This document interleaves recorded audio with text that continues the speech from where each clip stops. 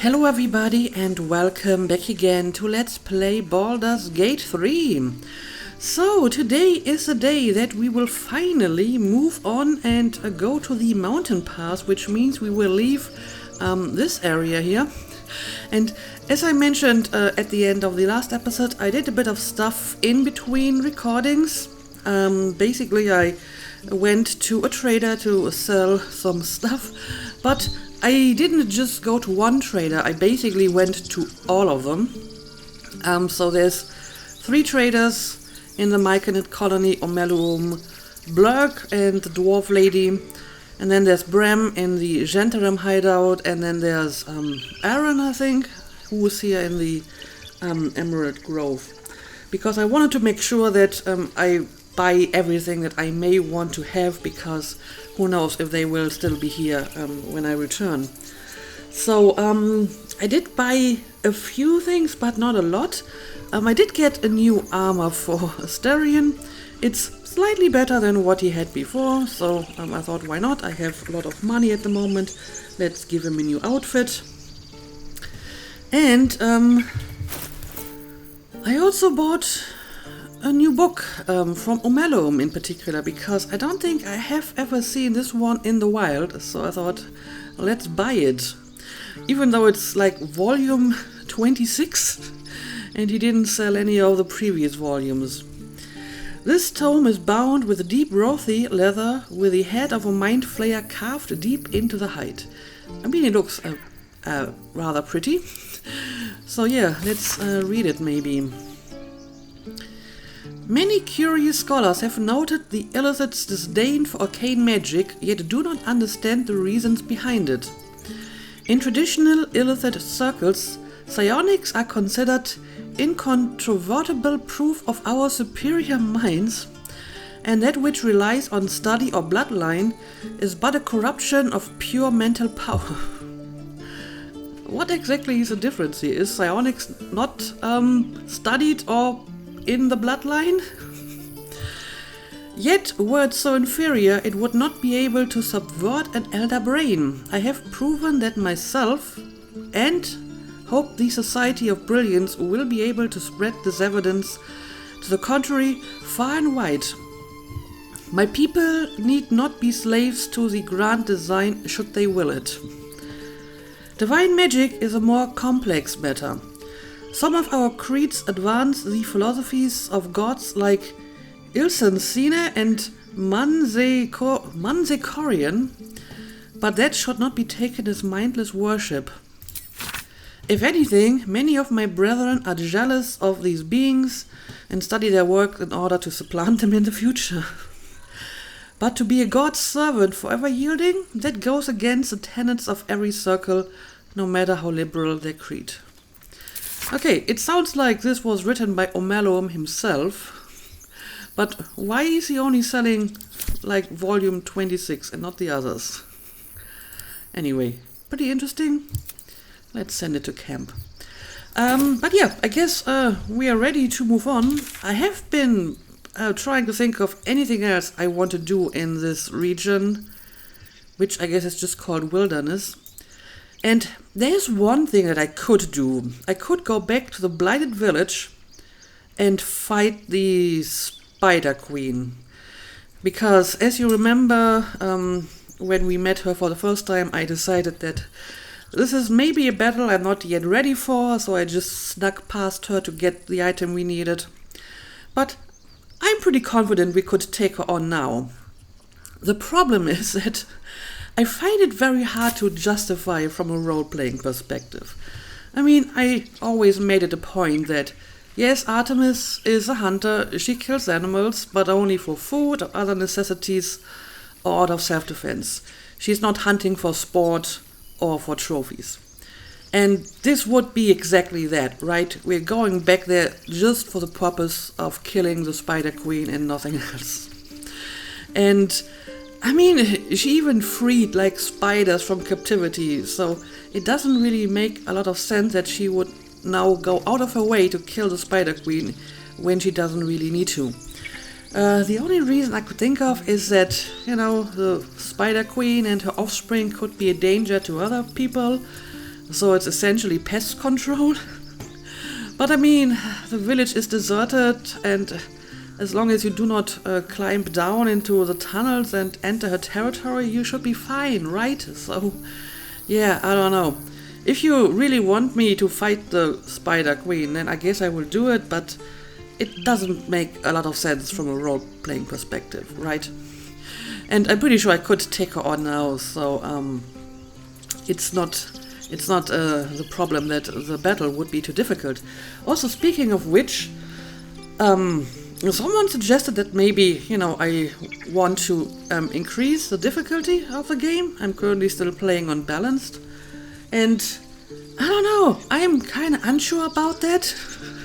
I feel kind of comfortable with the current difficulty, but more importantly, my main concern is that the battles that already are very long would take even longer on higher difficulties. And I don't know, I just can't imagine that most people would want to watch me fight like one enemy for an entire episode or anything. I was always under the impression that most people come to my channel for like the story and role-playing and commentary, and not because I'm like very proficient in gameplay or anything. So yeah, I don't know, making the battles even longer might just make most people skip over them, because that's not what they come here for. So yeah, I don't know. Let me know what you think about that. But either way, I guess we will just move on. So I suppose I will travel to Wokin's Rest, and then we will make our way to the mountain pass. And as you can see, I still have the team from last episode, because they haven't been with me for that long. So yeah, need to find a way forward. Let's find a way forward. What's so funny? You haven't got some laughing curse, have you? I mean, he has the I really made it amulet, out to the burners. sentient. It's incredible. All right, just keep it down. We're conspicuous enough without your hyena call.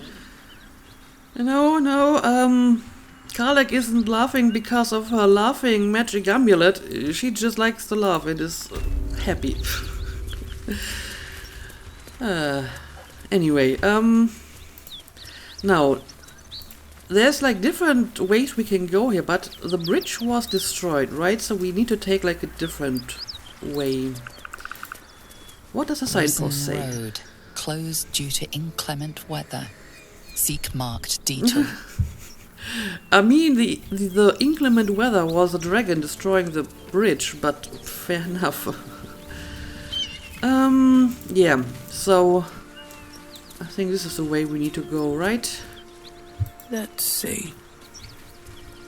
Detour. Detour. Yeah, but I mean, that's not where we can go. It's gotta be this way. Right. Let's do this. Road closed. Detour ahead. I mean, we gotta take one of these roads, and at least this one still has a working bridge, so let's just go for it. Mountain pass. Yes, here we go. You are about to progress your adventure. Make sure to tie up any loose ends before advancing. Yes, I think I have tied up everything pretty nicely. And I believe I can still return here if I just want to, I don't know, look at some stuff, or I'm guessing like Aaron, the trader in the Emerald Grove, is going to stay there. The Jeterim might move on, for example. That's why I visited them before coming here. But other than that, I think we are good to go. So yeah, let's do it.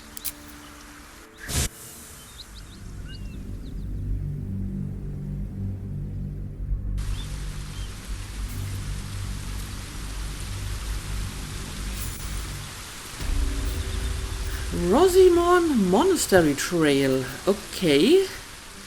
Ooh, look at this. Ooh, that is a whole new area. And a pretty impressive one too. Nice. And we can start by looting some stuff. I have a fairly empty inventory, so I can be all the loot goblin I want, at least for a while. Put a lot of stuff in storage too. Another step forward. Okay, yeah, where exactly? Huh. I was hoping that maybe there's a quest marker for that Githyanki crèche, because isn't that supposed to be here somewhere?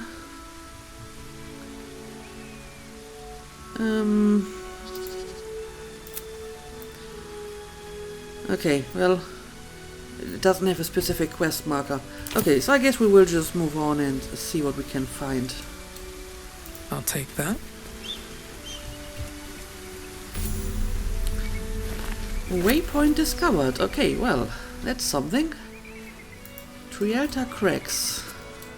Wait. Oh, These markings. Tirsu script scratched in the ground. A crèche must be nested in the temple below. there we go. We must go there at once. At once. A Tirsu script, you said. What does that mean? How do I know I can trust your people? Yeah, most of the time they don't seem to be very friendly. I mean, I just may remind you of that one encounter we had with the dragon rider, and I guess we were happy that he didn't attack us. Lead us there in my own time. We need to stay close if we're to survive. Wait here for me. I'll return when I'm ready. Come, let's go there.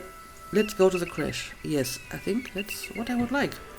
But tell me more about the Tirsu script. Githyanki writing. Every word a wheel. Every letter is spoke. The most powerful texts are engraved in slate. Some so ancient, only the most erudite Gish can read them. I mean, we found like a cipher for that kind of script, did we not? But yeah, are you sure we can trust these people? I wasn't sure if we could trust the other group we've met before. You don't have to trust them. Only to trust me. Alright, fair I enough. have not failed you yet, and I have no intentions of it now. I don't need you to believe me for it to be true. I can work with that. I'll lead us there in my own time. We need to stay close if we're to survive. Wait here for me. Come on, let's go to the crèche. Yes, let's go and find that crèche. Very well. You may lead. Well, thank But you. if we stray too far that our chance is lost, I'll make my way there alone. Interesting. So, if I take too much time getting to the crèche, she will just leave my group? Is that what you're saying? Okay. So, she said somewhere at the temple nearby. Are we talking about this giant thing over here? Well, let's approach it, maybe. There's other ways we can go here, but Lizelle really has her mind set on this, so I guess we can prioritize that. I'll give it a shot. North, Rosy Morn Monastery. West, Moonrise Towers. South, Joaquin's Rest. What the hell is going on over there? Undead. Something undead, clearly. North, Rosy Morn Monastery. West, Moonrise Towers. South, Joaquin's Rest. Okay, I guess what we're looking for is the monastery. Yeah, not sure what's going on there, but maybe that can wait for later. Like I said, we will prioritize the crèche for now. What's in here? And I'm guessing these undead whatever are not going to go away. If I check out that monastery first.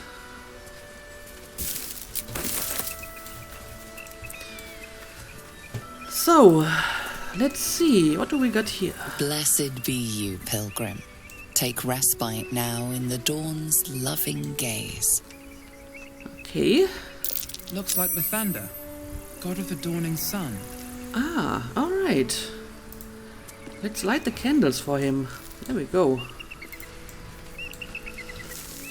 Now the question is, how do we even get there? Probably this way here, huh?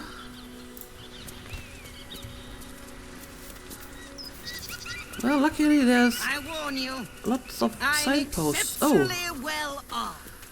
Oh, Lady Esther. Who is that? She's well armed apparently, but she's also not hostile and maybe a traitor, so let's go and talk to her. Lady Esther. I need a quick word. A friendly face. Oh, you are a sweet, sweet blessing, my dear. You know, I've had nothing but trouble all day. I've been accosted, chased, insulted. Insulted? Look over there. Do you see that wretched little hive? What are you talking about? It looks like a temple. Sure. Lady, I'm busy. What do you want? And I got a range of options. Scalable architecture, good vantage points, looks empty, perfect ambush spot. I mean, that sounds like a reasonable assessment of that place. Oh, it certainly looks that way. But inside, it is swarming with brutish, stupid, rude Githyanki. Maybe you should watch Brutish your and mouth. rude by your wretched standards, but stupid. Chucky. Your charming companion would call it a crèche. But it was built on what remained after the Githyanki slaughtered all of the monks. I'd call it a murderous training camp. I mean, it's fair enough if that's Acutely true. observed on both counts. Honestly, I was doing them a favor offering to buy one of their eggs. And how am I repaid? Attacked and run off like some transient. You tried to buy one of their children? Oh, so the Githyanki lay eggs and then they hatch from the eggs? I'm not sure I knew that, to be honest. Why would you want one of the eggs? That's a good question. And how much did you offer? These are all pretty good questions, actually. Yeah, you tried to buy one of their children? What? No, of course not. I was merely... Well... Look, it's just an egg. The Society of Brilliance asked me to acquire one of their roe so they can incubate it and, once it hatches, raise the spawn in their tradition. Huh. Please, do enlighten me. What is this tradition? The Society believes a Githyanki raised in a peaceful, nurturing environment can overcome its violent nature.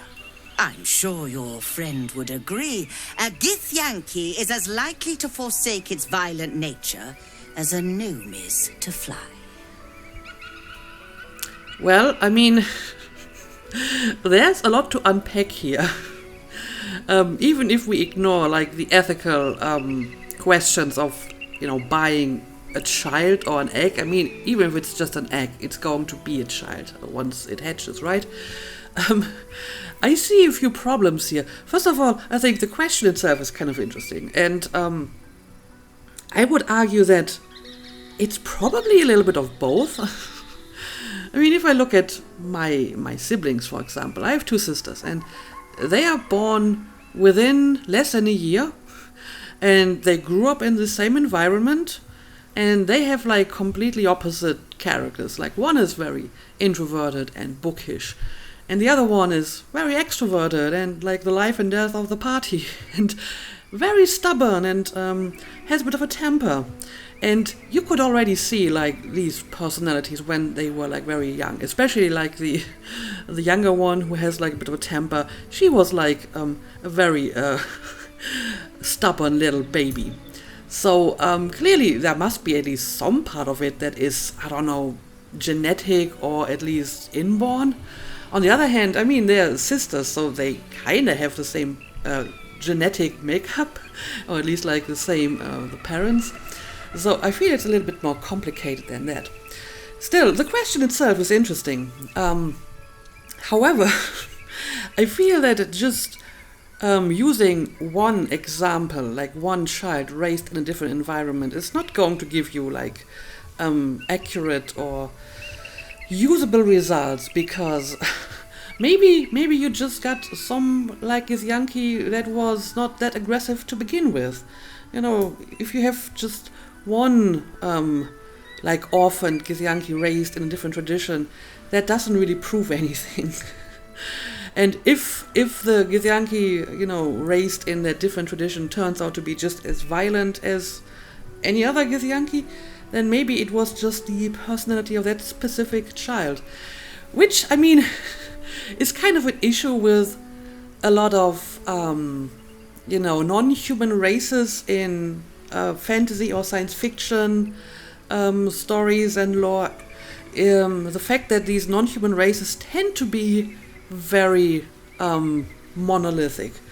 They have like very specific personality traits or cultural, traditional character traits, and almost all the members of these races conform to these traits. Like Klingons in Star Trek are all like aggressive and belligerent, and the Vulcans are all logical and smart and intelligent. I mean, if a franchise has enough time, then they will usually try to introduce like some characters from certain races that are like different.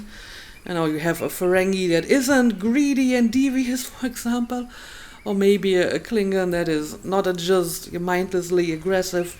But they are usually always cast as like the exception from the rule, rather than just a proof that even these races have like individuality, and every person in this race is an individual with its own personality traits. And that usually doesn't happen with the humans in these science fiction or fantasy settings, because they tend to have a lot more variety, and we kind of assume that, you know, humans have different personalities.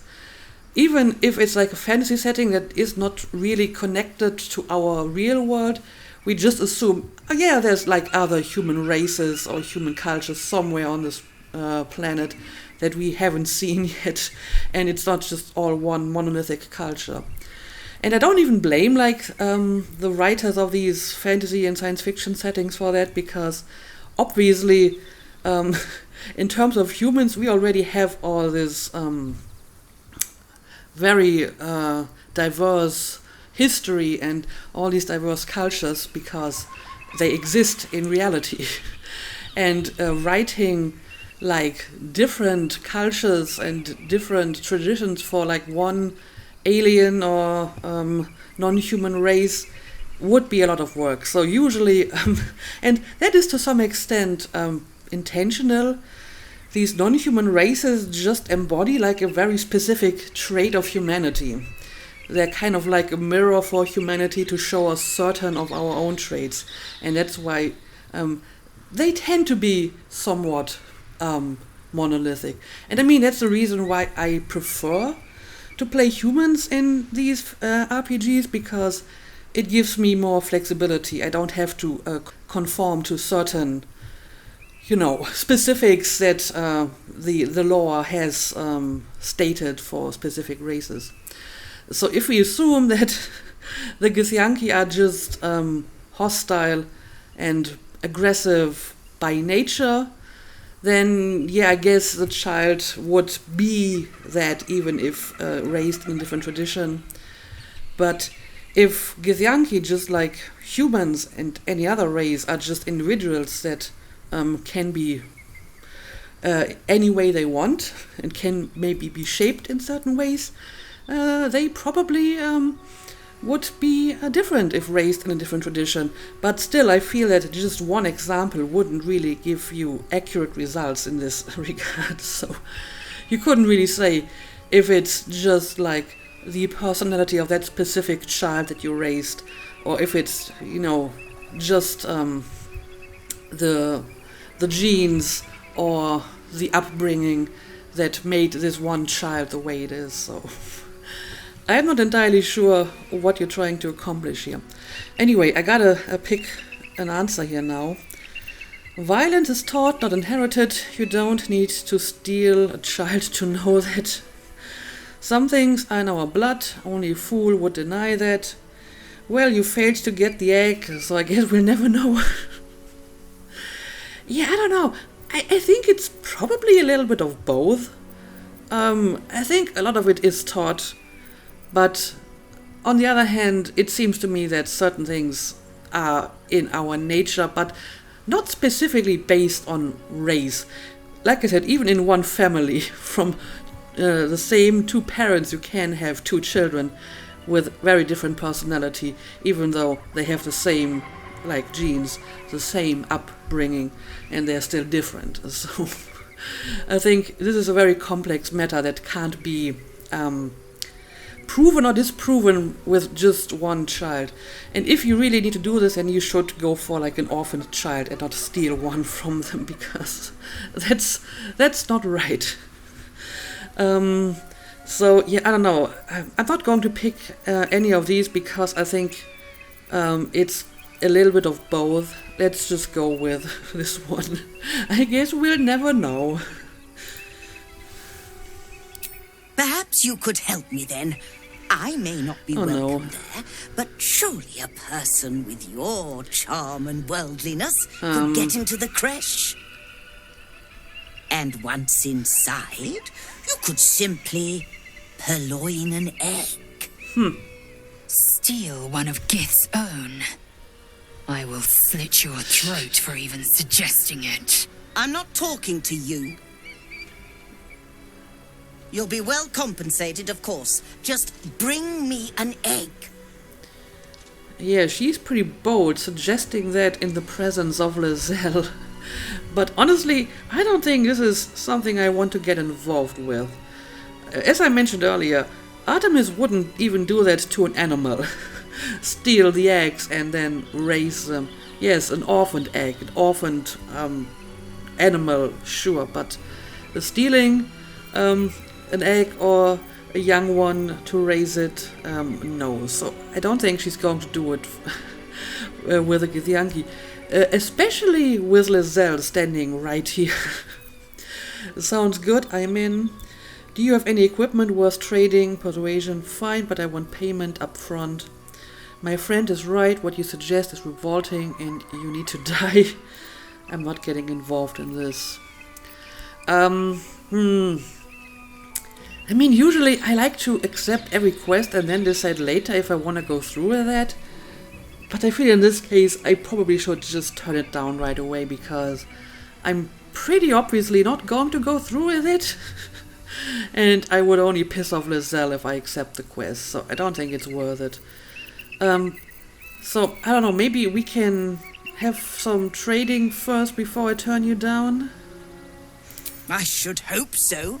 When adventure calls, I am always thoroughly prepared. Take a look. Okay, let's see. The graceful cloth. Cat's grace. You gain cat's grace and increase your dexterity score by 2 to a maximum of 20. Nimble as a cat. You gain +1 to dexterity, saving throws, and also increase your jump distance by 1.5 meters.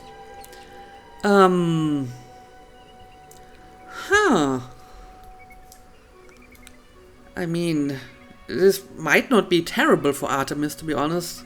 Sadly, it's not a piece of armor, it's just clothing. So the armor class is significantly worse. Well, hello. And I just got a new one for Asterion, so he's not going to need that. So, I don't know. I kind of like it, but should I give it to any of my other companions? I mean, who else could be wearing it? Will?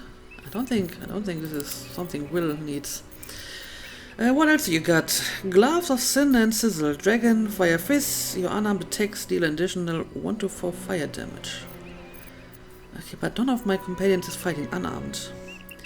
Cacophony.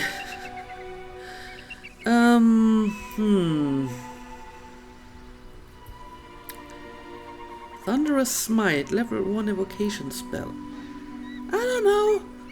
I think that is actually something that Gale might like. It's also not that expensive. And as you can see, I have a good amount of money. Let's buy the stuff. And yeah, when it comes to boots and gloves, but at least my boots are better, definitely. And I guess I will buy the arrows. Hoppy. Open call for adventurers on behalf of the society. A plain, unadorned note. I kind of want to read that, to be honest. Okay, I think that would be enough now. Oh, we're actually bartering and not trading. I just want to trade, to be honest. Let's not make this more difficult than it has to be. And right, I'm going to get this for Gale. Okay, I think we're good, and I can sell you the crap that I just picked up. Now, I believe you have places to be. Hang on a second, I didn't agree to anything. Oh, I can't actually reply to her anymore. Did this actually give me like a quest? I don't think it did. No, it didn't. I don't know, maybe I should talk to her again. Have you given any more thought to the retrieval of that Githyanki egg? Okay, so I could still return to her and agree to it. Why exactly do you want this egg? No, but I'd be willing to trade if you have anything worth trading. I think you're vile and I'd sooner die than see you get the egg. I'm guessing she's just going to say the same as before, right? To settle a debate. Nature or nurture? Well, this is actually slightly The different. Society of Brilliance believes that it's possible to raise a Githyanki to be good. An awful proposition that must be disproven once and for all. And you think this would disprove it? Yeah, like I said, I don't think I want to agree to this, but I suppose if I ever changed my mind, I could still return to her. But I don't think it's a good idea to agree to this quest when Lizelle is in my party. What is Lizelle's approval, by the way? Kinda interested. Surprisingly good. Carlex is actually surprisingly low. It's just good. Considering that she is like incredibly horny for Artemis, clearly. I thought it would be higher. And yeah, Starian, I'm not sure what to do with you. I mean, I'm happy that it's still like a net positive, but I feel I got like a bit of a bonus from him because I let him drink my blood, and it's been just going down since then because usually he disapproves with everything that I do. So whenever he's in my party, there's a good chance the approval is just getting worse. But yeah, Lizelle is good. And I think Gale and Will are like extremely good as well. So don't have to worry about them. But yeah, I suppose we will just try to go to that crèche now. And I'm guessing this should be the way to get there.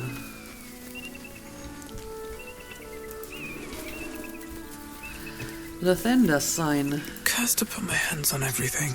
Approach the fairy in Lathander's grace. May his gaze shine upon you, pilgrim. Well, thank you. Very nice greeting. So what ferry are you talking about? Cable car wheel. Oh, I see. Ah, we need to use the cable car to get to the other side. Alright. That's not going to work. Oh, that's a surprisingly difficult skill check. Maybe I should put Karlek on this instead. She is stronger, right? I'm not sure if Karlek or Lizelle is stronger, to be honest. But I guess I'll give it a try.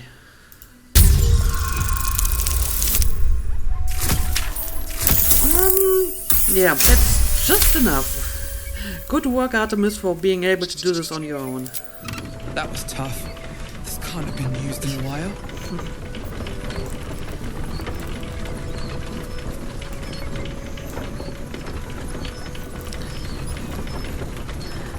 Look at this advanced technology.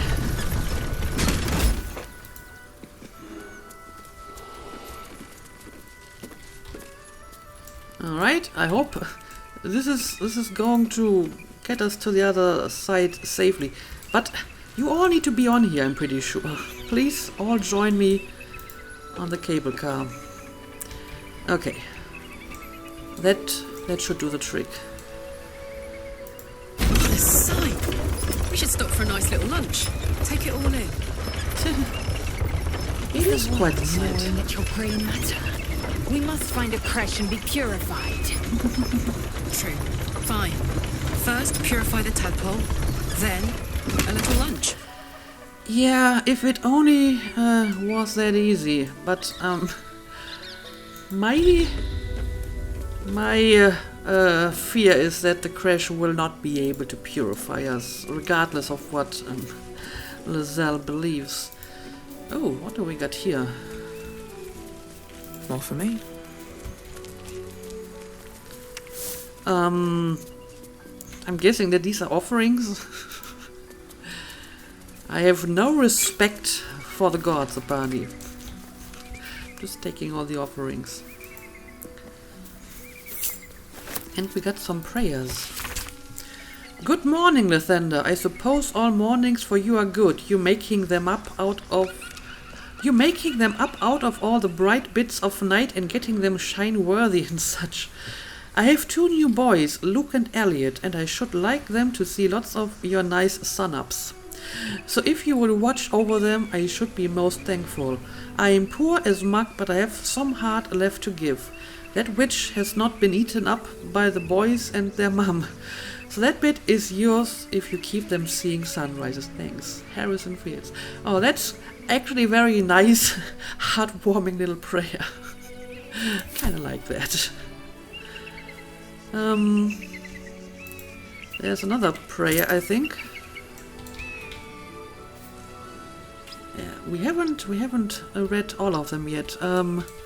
Where's the other one? We have seen that one, and there's one over here. Dear morning, Lord, and you are dearie. Haven't I just had the grandest time? Sure, if I was honey, I wouldn't have trouble getting down a hill. So warm and good I feel. I've been headed here to pay you homage and beyond on other business for some 2 odd months, and every mile has unearthed more and more kindnesses. For example, when my sleeping roll was infested with bedbugs, itching me disagreeably, morning lord, I have no qualms admitting it. A woman gave me a spare of hers, and it was toasty warming of a night, and she with 2 children of her own to tend. Anyway, thanks for pouring your honey heat over each and every day, cloudy or no, here for a lone woman barefoot and smiling on the long road. These prayers are all like very wholesome. But apparently there's also a curse somewhere. Let's see, where's the curse? Maybe I should pick up the prayers so I can see the curse. And I'm going to pick this up as well. Okay, this over here seems to be the curse.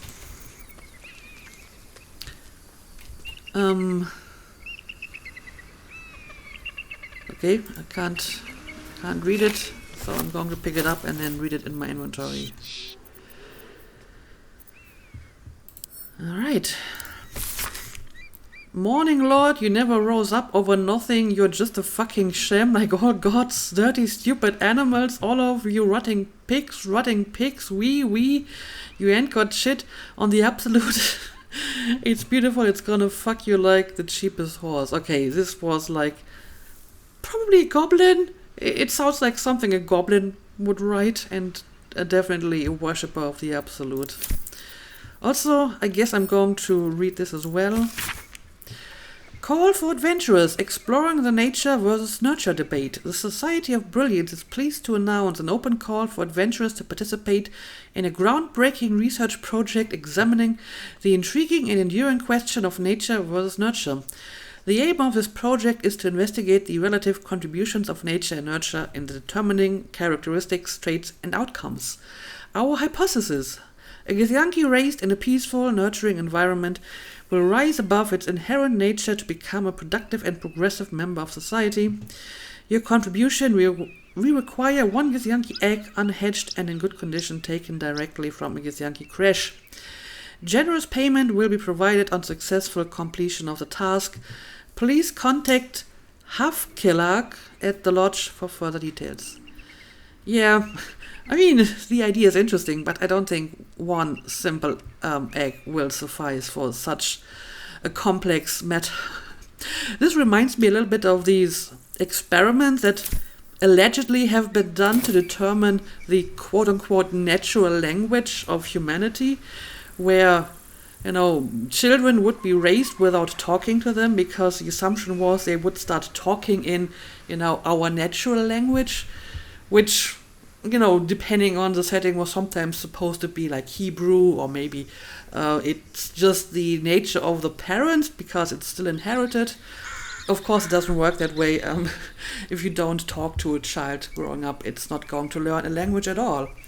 But there have been some of these, at least stories about these experiments, like one emperor of the Holy Roman Empire, I'm not sure which one, Frederick the First or Second, allegedly did that, and there's other examples where people try to do that, and I mean, in some stories the outcome reportedly was that they started speaking like Hebrew, but I guess we can assume that these stories are wrong, because obviously they do not learn any language at all. So yeah, I think it would be interesting to see what happens if you find like a Githyanki orphan, for example, and then raise it and, you know, see what happens. But stealing an egg, yeah, that's maybe nothing that I or Artemis want to engage in. But still, maybe we can find this person mentioned in that letter and talk to him a little bit more about this experiment. Okay, looks like there's nothing else here. But we might be able to go down this way. Yeah, this is going to the temple, I think.